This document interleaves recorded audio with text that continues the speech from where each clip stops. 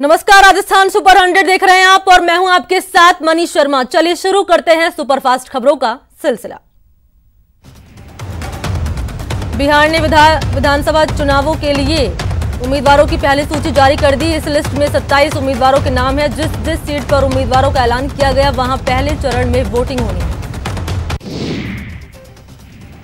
बिहार की राजधानी पटना में कल जेडीयू बीजेपी की प्रेस कॉन्फ्रेंस में एनडीए के सीट बंटवारे का ऐलान हुआ। बीजेपी नेताओं ने कहा कि नीतीश कुमार ही एनडीए के नेता होंगे। बीजेपी ने एमपी के 28 विधानसभा सीटों पर होने वाले आगामी उपचुनाव के लिए 28 उम्मीदवारों की सूची जारी की। तुलसीराम सिलावट को सांवेर से, अनूपपुर से बिसाहूलाल सिंह और पोहरी से सुरेश धाकड़ को टिकट दिया गया है।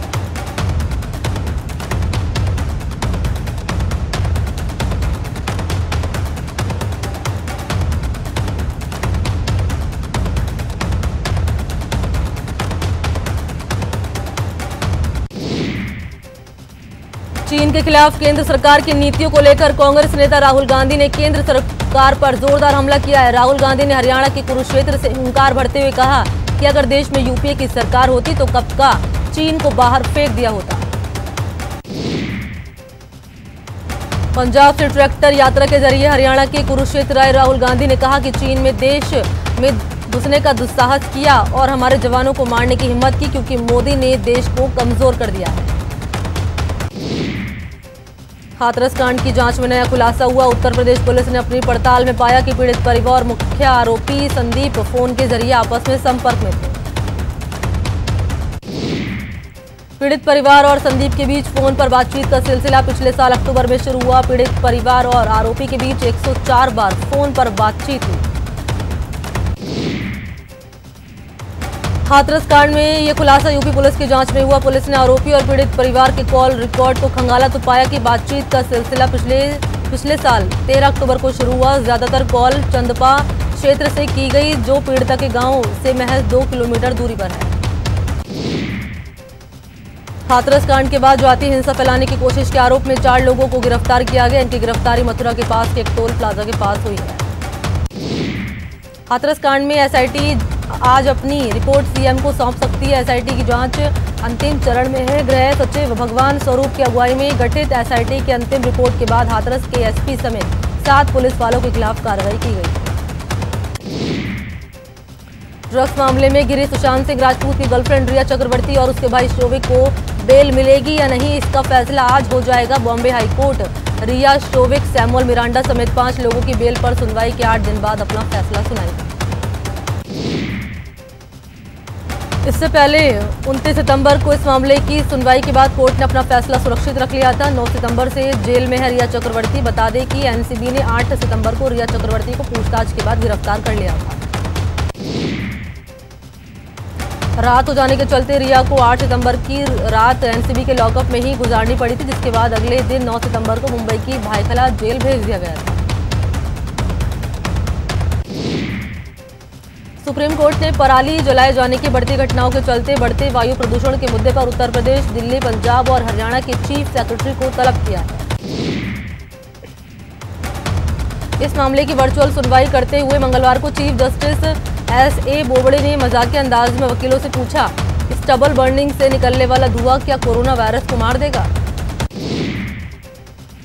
कृषि विधेयक को लेकर विपक्ष पर भ्रम फैलाने का आरोप लगाते हुए केंद्रीय कृषि मंत्री नरेंद्र सिंह तोमर ने कहा कि ये कृषि विधेयक देश के किसानों की किस्मत बदलेगा और किसानों को अपनी उपज बेचने के लिए खुला बाजार मिलेगा।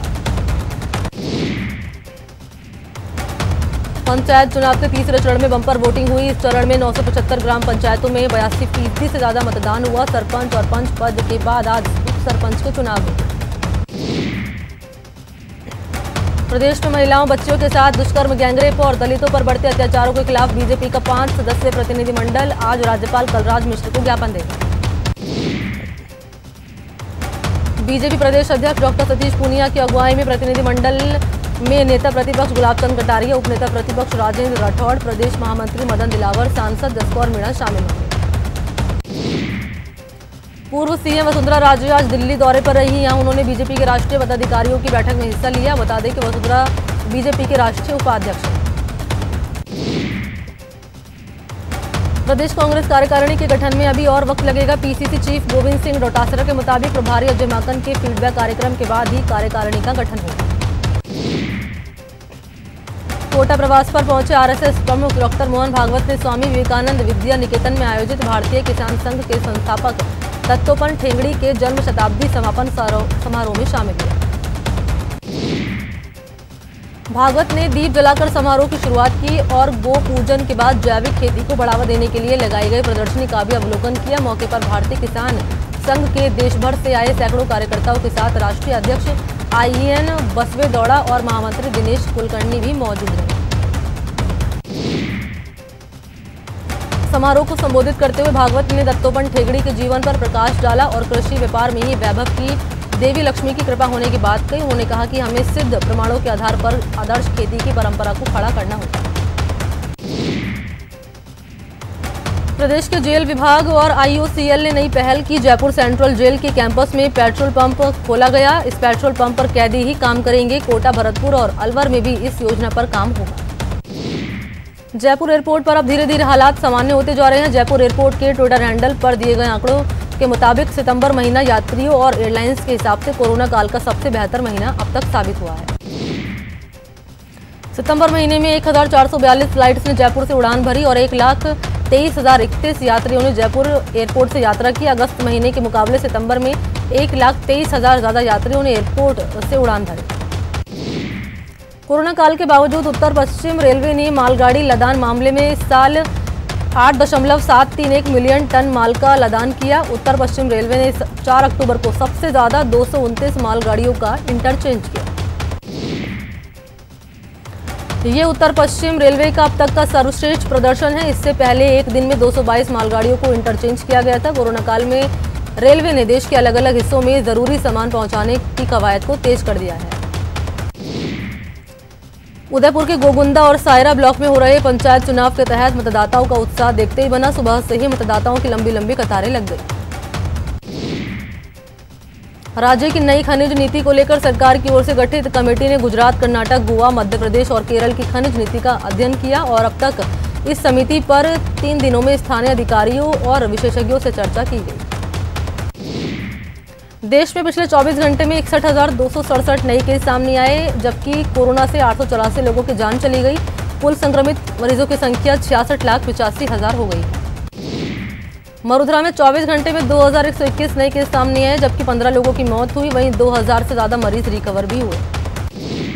प्रदेश में कुल मरीज का आंकड़ा 1,48,000 के पार हो गया, जबकि अब तक 1,576 लोगों की जान चली गई। फिलहाल प्रदेश में 21,000 से ज्यादा केस पॉजिटिव है।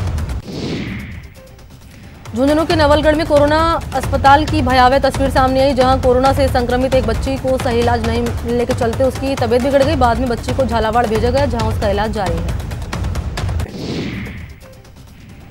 कोटा में 55 और मरीजों की रिपोर्ट पॉजिटिव आई है। इन नए मामलों के साथ कोचिंग सिटी में कोरोना पॉजिटिव मरीज का आंकड़ा बढ़कर 8,900 हो गया है।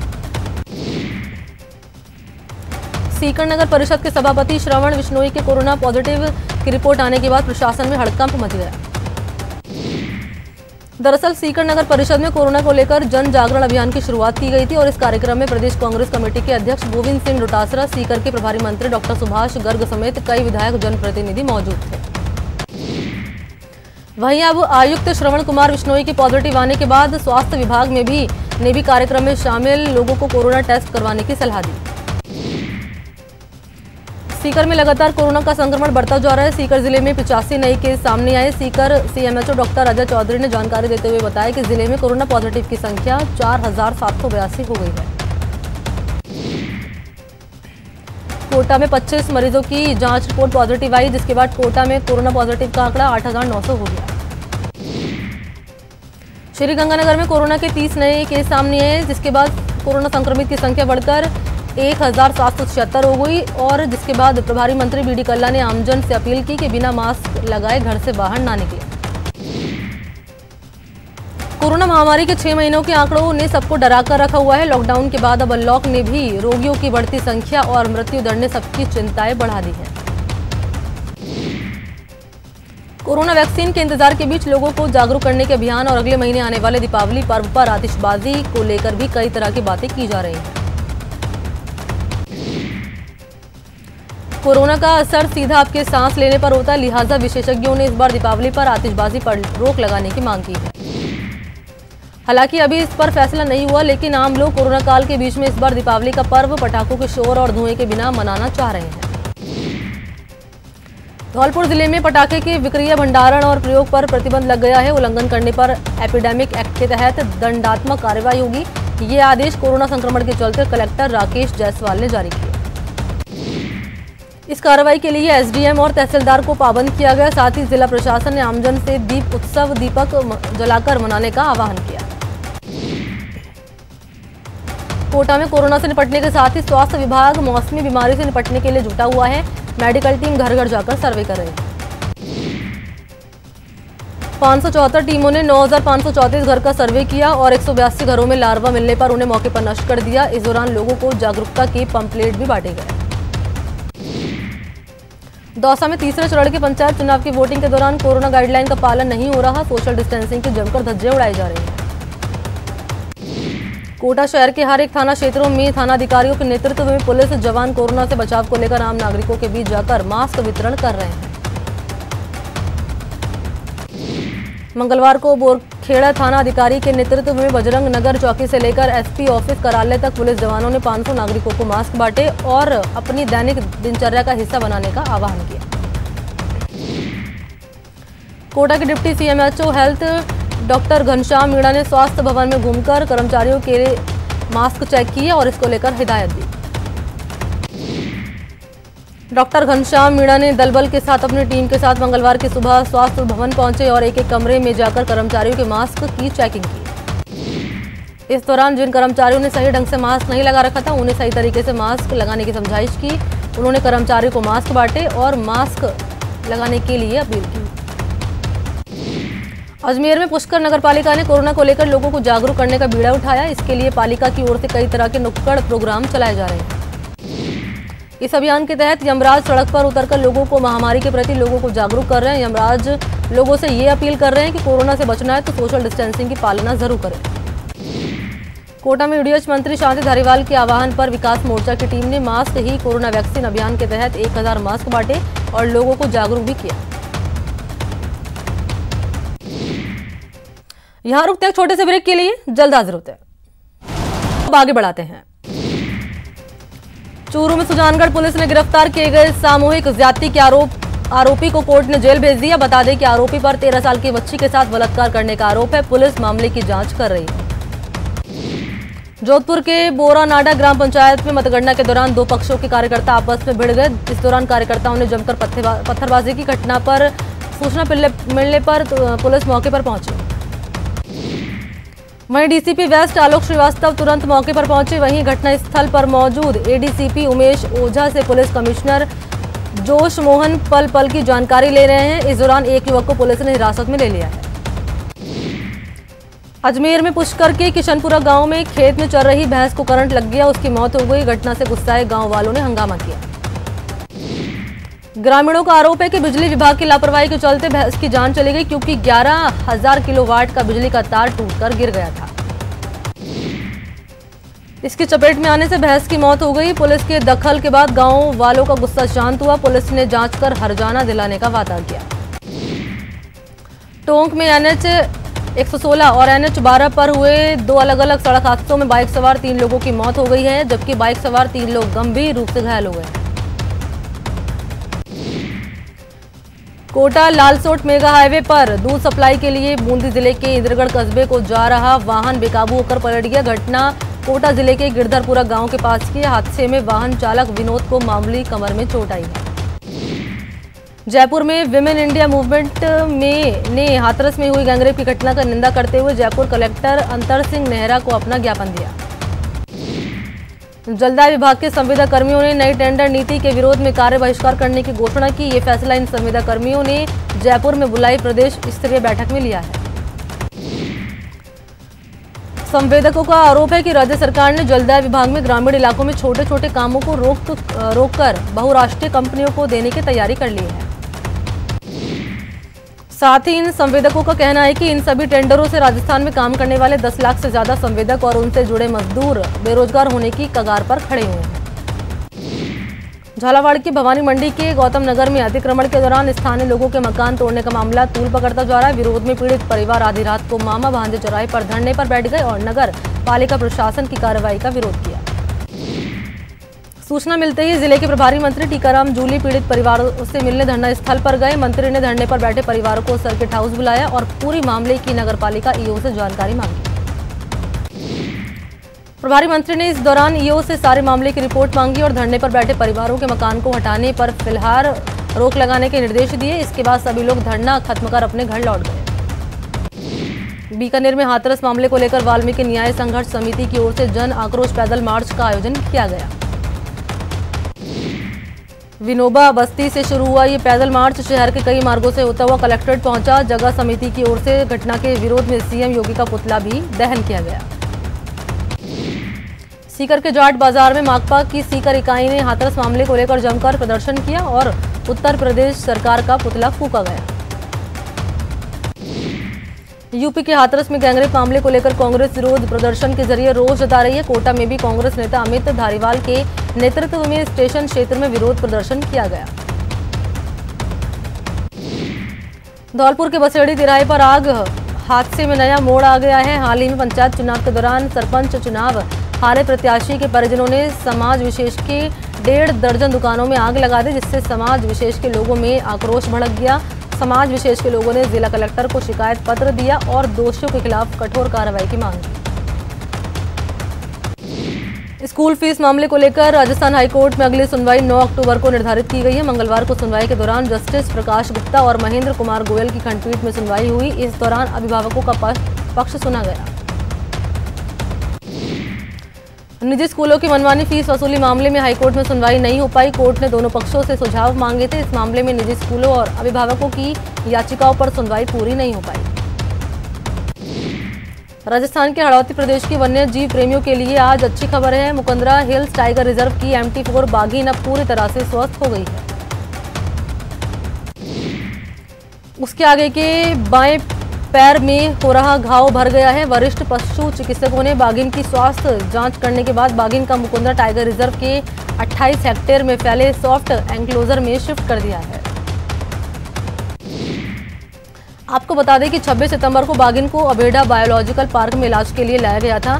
10 दिन वरिष्ठ पशु चिकित्सकों की निगरानी में बाघिन को स्वास्थ्य लाभ के लिए रखा गया। CCTV कैमरे की निगरानी में बाघिन को रखा गया था। 66वें वन्यजीव सप्ताह के दौरान IIS विश्वविद्यालय के पर्यावरण विज्ञान के विद्यार्थियों के लिए होप एंड बियॉन्ड संस्था की ओर से एक वेबिनार का आयोजन किया गया।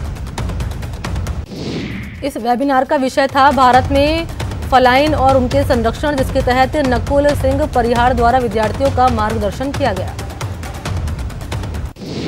वेबिनार का मुख्य उद्देश्य विद्यार्थियों को भारत की सभी 15 फलाइन प्रजातियों से संबंधित संरक्षण के मुद्दों से रूबरू कराना था। छात्रों ने वेबिनार में सक्रिय रूप से भाग लिया और कई प्रश्न भी पूछे, जिसके जवाब होप एंड बियॉन्ड के विशेषज्ञों ने दिए। उदयपुर के मावली इलाके के खेड़ा गांव के किसान ने पाइपलाइन की खेती कर एक अनोखा प्रयोग किया है। ये किसान जूस की दुकानों से वेस्टेज को इकट्ठा करता है। उसके बाद वेस्टेज पाइनएप्पल के हिस्से को पानी के गिलास में रख दिया जाता है। जैसे गिलास में जड़ दिखनी शुरू हो जाती है, उसको खेत पर उगा दिया जाता है। किसान गणेश नाल अब तक ऐसे 90 पौधे तैयार कर चुका है। डूंगरपुर के सभी छोटे बड़े बांध और तालाब भर चुके हैं। तालाबों के भर जाने से जिले में साल भर पेयजल की टेंशन खत्म हो चुकी है। टोंक के नया गांव खरेड़ा में एक मंदिर में कोबरा मिला, जिससे इलाके में हड़कंप मच गया। 2 घंटे तक कोबरा सांप टच से मस नहीं हुआ। स्नैक कैचर ने कड़ी मशक्कत के बाद कोबरे का रेस्क्यू किया। कोटा शहर में शहरवासियों में जहरीले सांपों का खौफ कम नहीं हो रहा। मंगलवार को सूचना मिलने पर स्नेक कैचर गोविंद शर्मा ने चंबल नदी किनारे किशोरपुरा मुख्यधाम के बाहर सांप का रेस्क्यू किया। अजगर नगर आने से लकड़ी की स्टॉल चलाने वाले कार्मिकों में हड़कंप मच गया था। जब अजगर पकड़ा गया तो लोगों ने राहत की सांस ली। IPL के 13वें सीजन के 20वें मुकाबले में मुंबई इंडियंस ने बाजी मारी। मंगलवार रात उसने अबू धाबी में राजस्थान रॉयल्स को 57 रनों से मात दी। 194 रनों का पीछा करने उतरी स्टीव स्मिथ की कप्तानी वाली रॉयल्स टीम 18.1 ओवर में 136 रन ही बना सकी। इसके साथ ही रोहित शर्मा की अगुवाई में मुंबई इंडियंस ने लगातार तीसरी जीत हासिल की। आर्मेनिया और अजरबैजान के बीच विवादित क्षेत्र नोगोर्नो और कारबाख में छिड़ी लड़ाई अब शहरों तक पहुंच गई है। अजरबैजान ने आर्मेनिया पर आरोप लगाया कि वो विवादित क्षेत्र से बाहर उसके शहरों को भी निशाना बना रहा है।